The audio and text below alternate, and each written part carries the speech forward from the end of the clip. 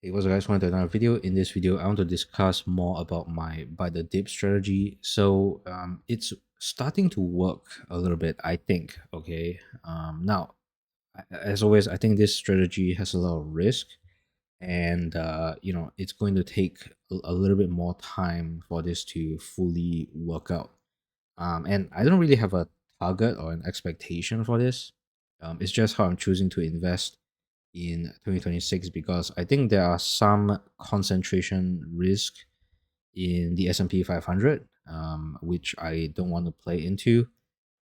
So that's why I'm choosing this particular strategy to invest. Okay, so I added a few positions. I removed BTBT because of my large position in BMNR. So BTBT ended up being a trade. I'm not sure if I have the trade history here. Turns out I don't. Okay. So I made very small profit on BTBT. It's like $7. Okay. Yeah, I basically made nothing, but that was about 7%. Okay. So I think that was okay. But with the amount of money that I'm having in this new portfolio here, the gains are not going to be, tangible, I would say. Um, so let's go through a couple of these plays here. So first up, we have a Z-scaler, and I'm not going to go too deep into the fundamentals. You guys will have to do that by yourself. But as always, don't follow my strategy. Do your own thing. My strategy comes with a lot of risk, and I tweak it as the year goes on. Okay. So first up, we have Zscaler. So Zscaler is part of the cybersecurity suite, and you know they had an acquisition in 2025, and I'm gonna bring out the fundamentals. Okay, so I'm not gonna go too deep into it. That's you guys' job, okay? But just simply looking at Zscaler's EPS here, it's stated to go positive in 2026, and if I'm not wrong, this is because of the acquisition. um but they are still to go positive. Now, just because their EPS is going positive doesn't mean the stock price is going to go up, but that's my bet here. And cybersecurity is still going to be important in the next year. Now, one risk I can see here with Zscaler is maybe a lot of companies actually go bankrupt because of AI, and they stop paying for Zscaler. That's one of my risks that I see for Zscaler. But barring that, um, I think the stock should make a recovery soon. The price target is about 318. Now, I treat price targets right now as a very, very not as important price. Okay, so I would expect half of the price target. So instead of 52% gain, I would only expect 25%. Okay, so that is Zscaler. Then we have Grab. So I've been bearish on Grab, and I was wrong for the better part of 2025. But the stock started to go down again, and this is pretty weird because they do have a monopoly, almost a monopoly in Southeast Asia. But the problem is that I think they are having some problems making a profit. So if you look at Grab's EPS here, you can see that they basically almost have no profit. Okay. Also, just a tangent here. I went to Grab's offices, and it just looks like a normal office. Okay, it's not like a crazy office. And I didn't go in. I just went to the first floor, like some random hobo. Um, but yeah, so their EPS is stated for very, very slow growth. Like a 1 cent growth every 2 quarters. It seems like, I think that's what they're guiding, and it just goes to show the difference between the spending power of North America and Southeast Asia, right? Grab can have a almost a monopoly on Southeast Asia, and they can still barely make a profit. So that is part of the problem with Grab. I wouldn't say it's necessarily a problem with Southeast Asia, but it's part of the problem of Grab that they it's very hard for them to make a profit, whether they're investing too much, or whether uh, Southeast Asians are less prone to spending, or we have less spending power. A combination of those three probably. Um, but I still think over time, as they grow their EPS, Grab stock should go up. But temper your expectations. I know a lot of people wanted 750 by 2025. The stock ended up going back down literally to under five again.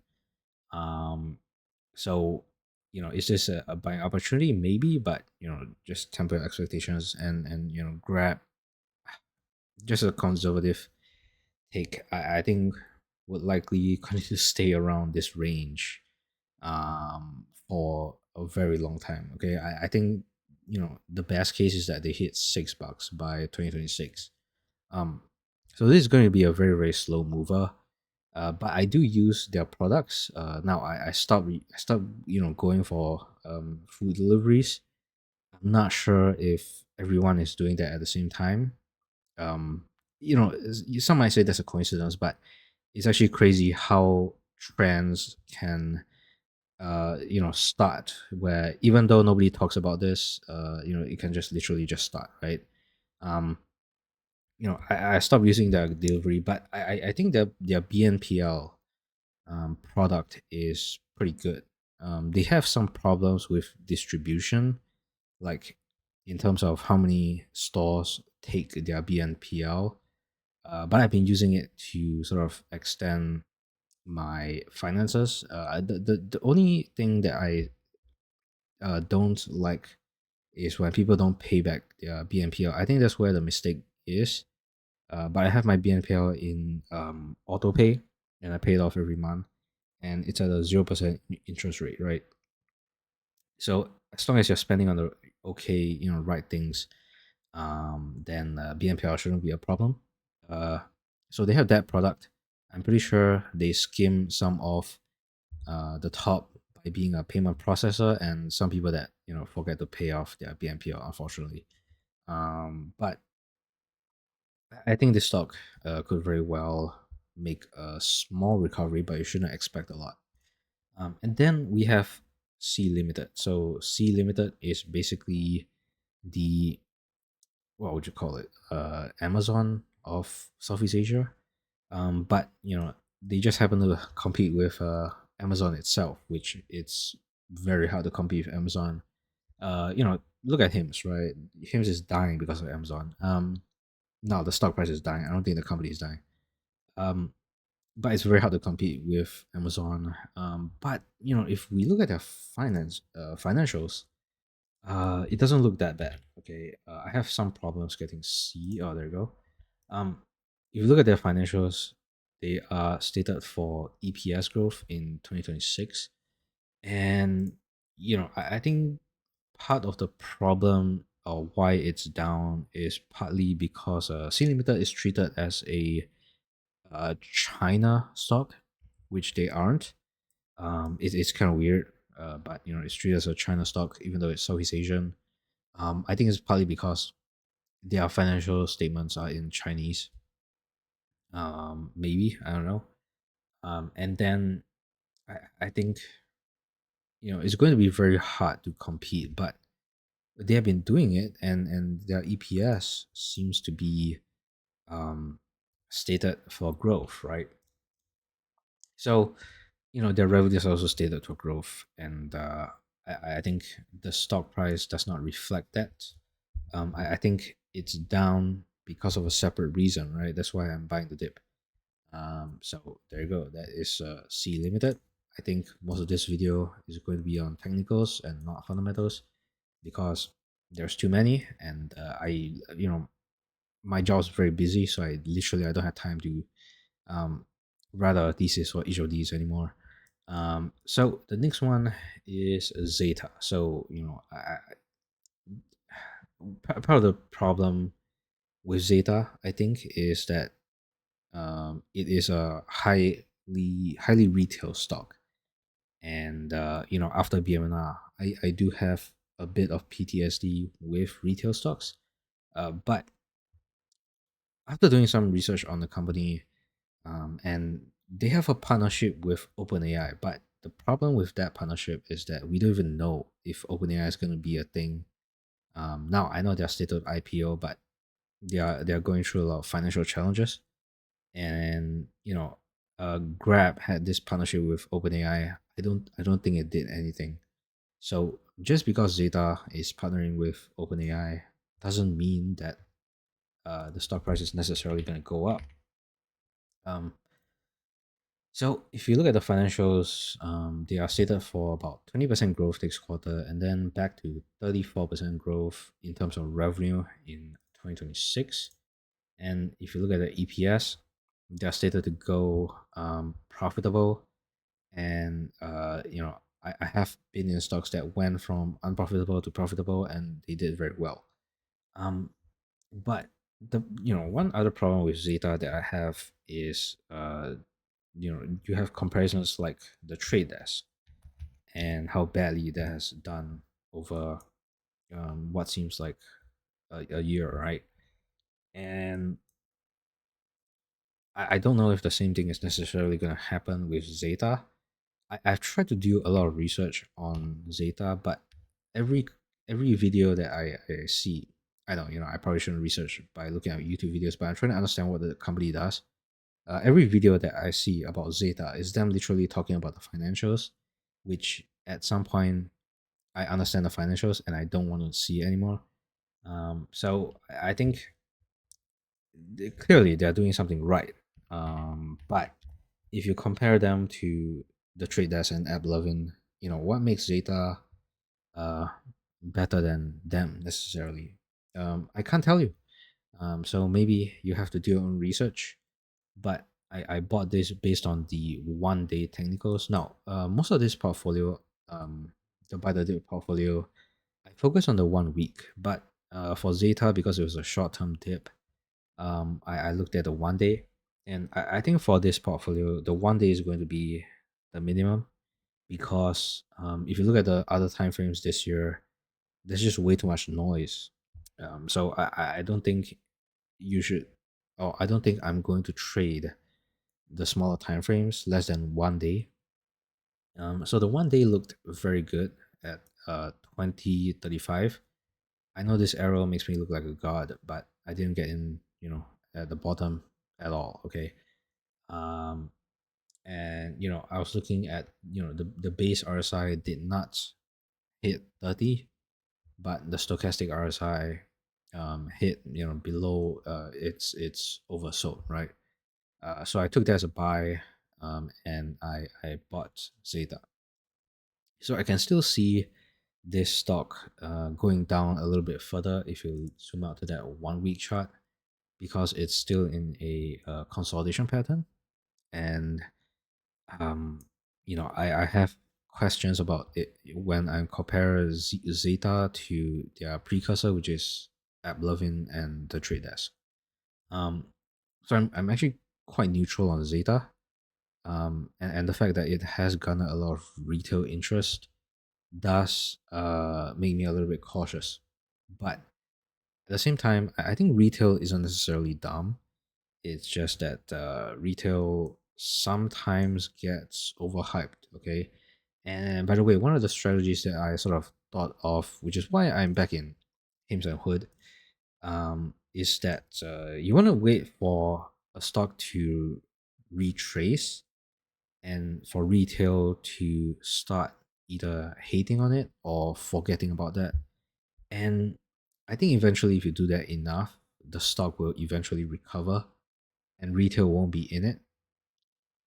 It's just something that I thought of, right? Because the market works in cycles, and retail just has this problem of forgetting about stocks and then moving on, and never really getting back in, or selling at the bottom, right? That's a problem, which is why I haven't sold BMNR, but I have to, I guess, At this point, I have to start praying um, for BMNR to go up. I have to become like I have to join a religion or something, or the BMNR cult, for BMNR to go up at this point. But yeah, retail does have that effect. Okay, the last one is Rivian. You can see that the 1 week chart is not great. Okay, but I was looking at the 1 day chart again, um, and the play here is the R2 vehicle. So the R2 is going to start production. Now, one problem I have with Rivian is how are they going to produce this new vehicle profitably? Um, but there's a small chance that the market literally doesn't care about profitability anymore. So their EPS is stated to go up. Okay, that's pretty good. But I have no idea how they're going to produce the R2 profitably. Um, I think at this point they are probably going to be able to get funding. They have like this huge $5 billion deal with Volkswagen. Um, they have this new autonomy system which is separate from what Tesla is doing. If that goes well, then Rivian could be the next big um, autonomous vehicle. And I think part of the reason why it has went up, and I was covering this stock at like $12, and back then I was very very short term, and that worked until it didn't. But part of the reason I think they did so well is because the consumers that are better off, right? The richer consumers are still um, buying stuff, so they cater to mostly the people with more money because they have a luxury electric vehicle, and that particular demographic probably did okay. But I'm not sure what this dip is. It seems like okay, it's a dip in 23rd December. Um, I can't really tell what the dip is, but that's part of the reason of the strategy. Um, you know, buying the dip. Okay, so I'm pretty hyped on R2. I know I just said being hyped is bad, but I'm pretty bullish on the R2. And I hope they can produce these vehicles profitably, and so that they can scale. Okay.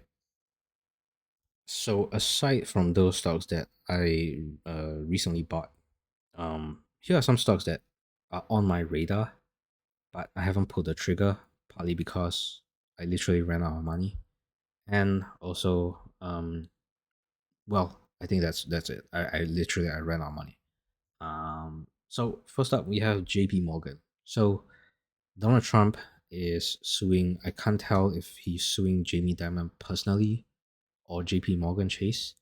Um, but they're getting into some legal trouble, about $5 billion worth of legal trouble. Um, and I think this is an excellent buy the dip opportunity because JP Morgan is one of the top banks. We can look at their price to book here now. The market literally does not care about price to book anymore. But it's still something that you can value banks. Okay, JP Morgan sitting at a 2.38 price to book, so they are able to make a lot of money. And if Donald Trump causes a dip in JP Morgan, that would be a very very good buy. Okay, the last time this happened, uh, Donald Trump was talking about JP Morgan on CNBC, and we had what looks like a 5.7% dip, and this ended up being I think a pretty good opportunity. I'm not sure if it was this one. I think it was this one, right? He was talking about Jamie Dimon on CNBC, and it caused a large dip. I remember it being larger, so I'm not sure if it's that particular one. But every dip on JP Morgan um, seems like a pretty good buy.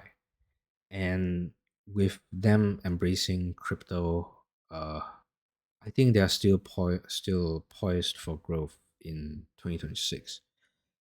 So I think if JP Morgan continues to dip, either here personally for me, here's a good buy, but I'm out of money. Um, or if there's a more severe dip, like I don't know, like another 5 or 10% dip, 290 or like 280, right? That would be a, a pretty good buy. But that is only for my personal strategy. I'm not telling you to buy it. Please do your own research. Do not follow some dumbass who put 100% of his money in BMNR. Okay. Um. So yeah, I'm looking at JP Morgan. I'm looking at Circle because Circle is tied to crypto, and there is a lot of crypto adoption, which means stablecoins are going to increase in demand. But I think part of the reason Circle is down is because they make most of their money on treasuries, and treasuries, the interest rate on treasuries are going down. But they can also make money on transactions, and they have their own softwares like their API, and they also make money on the spread of crypto trading, which is actually the spread of crypto trading is freaking huge. It's like it's one of the dumbest things about trading crypto is literally the spread. Okay. um so part of the majority of the income is going to be affected by the decrease in interest rates, and we're probably seeing we're probably going to see more decrease in interest rates, however unlikely, because I think the housing rental rate is going down because of the remigration in America. So I think we might see more interest rate cuts, and that is going to be bad for Circle.